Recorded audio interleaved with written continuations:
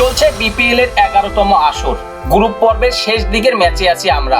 ইতিমধ্যেই কোয়ালিফায়ার নিশ্চিত করে ফেলেছে ফরচুন বরিশাল এবং রংপুর রাইডার্স। বাকি দুইটি জায়গার জন্য লড়াই করছে কয়েকটি দল, তবে এগিয়ে আছে চিটাগাং এবং খুলনা। তবে ঢাকা ক্যাপিটালসও একবারে পিছিয়ে নেই। শেষ পর্যন্ত বাকি দুই দল কারা হয় সেটি দেখার বিষয়। বিপিএল এর এবারের আসরটি জমিয়ে তুলেছে মূলত রংপুর রাইডার্স এবং ফরচুন বরিশাল। বিশ্বমানের সব বিদেশি ক্রিকেটারদের তারাই দলে ভিড়িয়েছে। বিপিএল শুরুর প্রথমে সবাই ভাবছিল এবারের বিপিএল ছাড়িয়ে যাবে বিগত সব আসরকে। সেভাবেই এগিয়েছিল বিপিএল। প্রতিটা মাঠে হয়েছিল রানের বন্যা, হাই স্কোরিং ম্যাচ দেখতে পেরেছিল দর্শকরা। তারই ধারাবাহিকতা স্টেডিয়াম ছিল কানায় কানায় পূর্ণ। তবে সব আমেজ যেন নষ্ট করে দিয়েছে দুর্বার রাজশাহী এবং সিলেট স্ট্রাইকার্স। দুর্বার রাজশাহী তো পেমেন্ট ইস্যুতে বিপিএল এ বড় ধরনের বিতর্ক জন্ম দিয়েছে।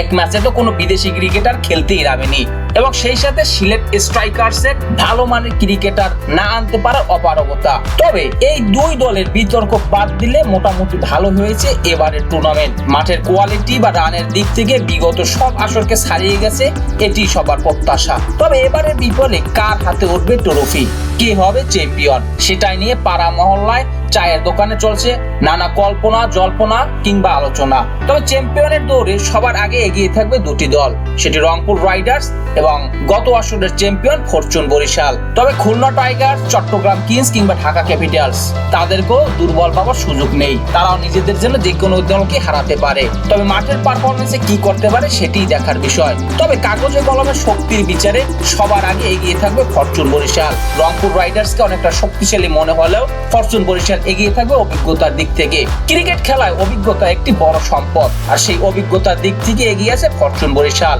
বাংলাদেশ জাতীয় ক্রিকেট দলের পঞ্চপাণ্ডবের 3 পাণ্ডবই আছেন এই দলে। খেলছেন কয়েক আসর ধরে একসাথে, জাতীয় দল একসাথে খেলেছেন যুগের পর যুগ। তাই তাদের কম্বিনেশন দলটিতে বড় ধরনের প্রভাব পড়বে, সেটি সবার প্রত্যাশা। মুশফিকুর রহিম, মাহমুদুল্লাহ রিয়াদ, তামিম ইকবালের সাথে বাংলাদেশের জাতীয় দলের কিছু ইয়ং স্টাররাও এই দলটিতে আছেন।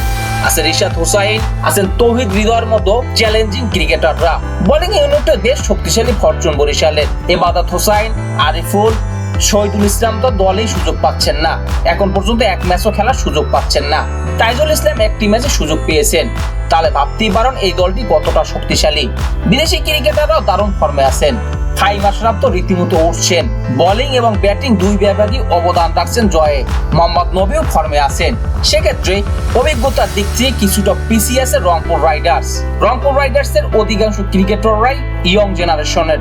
বিশেষ করে দুই পাকিস্তানি রিক্রুট খুশদিল শাহ এবং ইফতেখার আহমেদ বেশ অভিজ্ঞ।